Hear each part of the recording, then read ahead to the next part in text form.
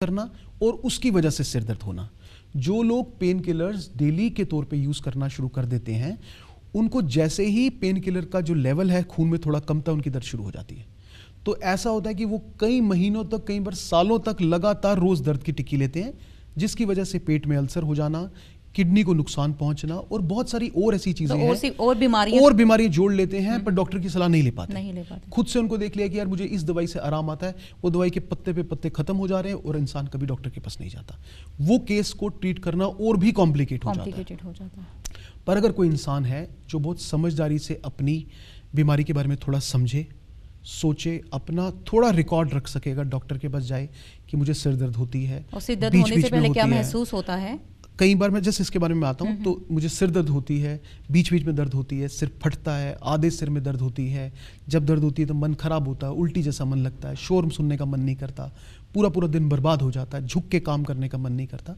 अगर इतना अच्छे ढंग से बताएगा तो मुझे लगता है डॉक्टर के लिए बहुत मुश्किल नहीं होता माइग्रेन को डिटेक्ट करना और माइग्रेन को ट्रीट करना। तो ऐसे में सर साइंस और सिम्टम्स जो भी रहते हैं वो पर्सन टू पर्सन वेरी करते हैं, या एक ही तरह के सिम्टम्स हैं? ये बहुत ही अच्छा प्रश्न है, मुझे लगता है बहुत ही अच्छा प्रश्न है जो मेरे श्रोताओं को जानना बहुत जरूरी है। देखिए, कुछ साइंस एंड सिम्टम्स सब लोग को होते हैं और कुछ साइंस एंड सिम्टम्स एक आदमी के स्पेसिफिकली होते हैं। मैं दोनों के बारे में बात करता हूँ। कुछ सिम्टम जैसे कि मैंने बताया, साइंस या सिम्टम जैसे कि सिर फटना, आधे सिर में दर्द होना, उल्टी का मन करना, शोर सुनना। किसी को शोर सुनने में परेशानी होती है, किसी को लाइट देखने में परेशानी होती है, पर लगभग ये ग्रुप जो है सब लोग के साथ कॉमन होता है। पर उसके साथ स्पेसिफिक चीज होती है कि मेरी माइग्रेन क्यों आती है। ये आप में और मेरे में फर्क हो सकता है, ये किसी एक पेशेंट और दूसरे पेशेंट में फर्क हो सकता है। कोई आदमी बोलता है या कोई औरत बोलती है कि अगर मेरी रात की नींद अच्छे से पूरी ना हो तो मेरे को अगले दिन सिर दर्द शुरू हो जाती है। अक्सर बहुत कॉमन हमारी जगह पर जम्मू में ऐसा बहुत कॉमन देखा गया है। दूसरा जो मैं जम्मू में बहुत कॉमन देखता हूँ जब से मैं यहाँ पे काम कर रहा हूँ, फास्टिंग बहुत कॉमन है, व्रत रखना बहुत ही कॉमन है यहाँ पर। करवा चौथ का व्रत तो सब रखते ही हैं, पर ऐसे भी हफ्ते में हमारी एक नॉर्मल जो घर की महिलाएं हैं हफ्ते में 1 या 2 बार व्रत जरूर। लेकिन वो हेल्थ के लिए तो अच्छा माना जाता है साइंटिफिकली, बहुत अच्छी बात है। पर प्रॉब्लम है जिस बंदे को माइग्रेन है उसका one of the major reasons is fasting. Okay. तो यहाँ पर देखा है मैंने, खासकर हमारी जगहों पर जहाँ पे कल्चर की वजह से लोग बहुत फास्टिंग रखते हैं, जिस जगह फास्टिंग जिस दिन शुरू करते हैं उस दिन से दर्द शुरू हो जाता है। तो फास्टिंग एक बहुत बड़ा कारण है माइग्रेन का शुरू होने का। तो कई लोग को जैसे, और दूसरी बात जैसे मान लीजिए सफर, कई लोग सफर पे चले जाते हैं तो दर्द शुरू हो जाती है, तो वो सफर को अवॉइड करते हैं, खासकर गर्मी के टाइम पे। फैक्टर्स भी इसमें काफी बहुत फैक्टर्स है। देखिए, मैं सब लोग को जब पूरी माइग्रेन डायग्नोज कर लेता हूं या लोगों को ट्रीटमेंट देता हूं, मैं सबसे इंपॉर्टेंट लोगों को ये समझाने की कोशिश, managing your migraine. Your migraine, आपके अपने माइग्रेन को कैसे मैनेज करते हैं। हर बंदे के कारण कुछ अलग अलग है शुरू करने। कोई बंदा फैटी खाना खाता है तब हो जाता है, तला हुआ खाता है तो उसको माइग्रेन शुरू हो जाती है।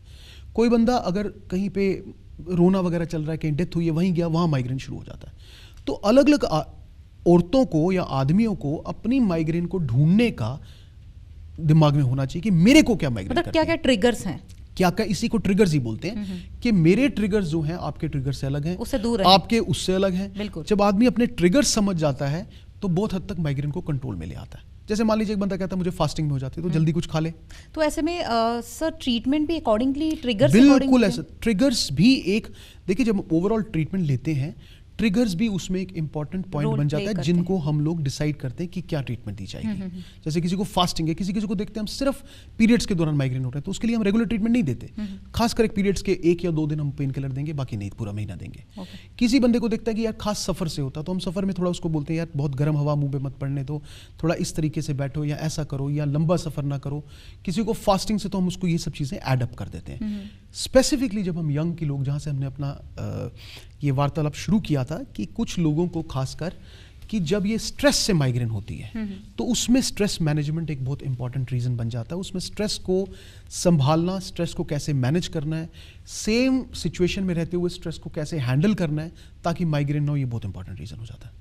तो मतलब ये थेरेपी, स्ट्रेस थेरेपी जो होती है सब पे लोगों पे अलग। जैसे कई लोगों को रिलैक्सेशन एक्सरसाइज से आराम आता है, कई लोगों को रेगुलर योगा करने से आराम आता है। मतलब उनके लिए मेडिसिन नहीं होगी, कुछ और थेरेपीज होंगी, या मेडिसिन के साथ ये भी होगा या मेडिसिन नहीं होगी, या सिर्फ इससे भी काम चल सकता है। तो एक और सवाल यहाँ पे, जो बर्थ कंट्रोल पिल्स लेते हैं तो उससे भी शायद माइग्रेन? बिल्कुल ऐसा है, सबको तो नहीं, पर एक मेजॉरिटी ऑफ लोग जिनको माइग्रेन बहुत ज्यादा फ्रीक्वेंसी में रहती है, अगर वो ओसी पिल्स लेते हैं या ओरल कॉन्ट्रासेप्टिव पिल्स या उसको हम बर्थ पिल्स बोलते हैं, उससे माइग्रेन के अटैक्स में थोड़ी सी वृद्धि आ सकती है, थोड़ा सा बढ़ाव हो सकता है।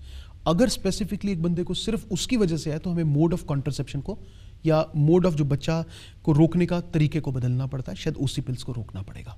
तो ऐसे में ट्रीटमेंट्स और प्रिवेंशन की अगर बात करें, और क्या मतलब? देखिए, माइग्रेन एक ऐसी चीज है जैसे कि बहुत सारे सिरदर्द हैं जिसमें आप उसको प्रिवेंट नहीं कर सकते, पर माइग्रेन एक खास ऐसी बीमारी है या एक ऐसी सिरदर्द का कारण है जो इंसान को पूरी जिंदगी तंग करने वाली है।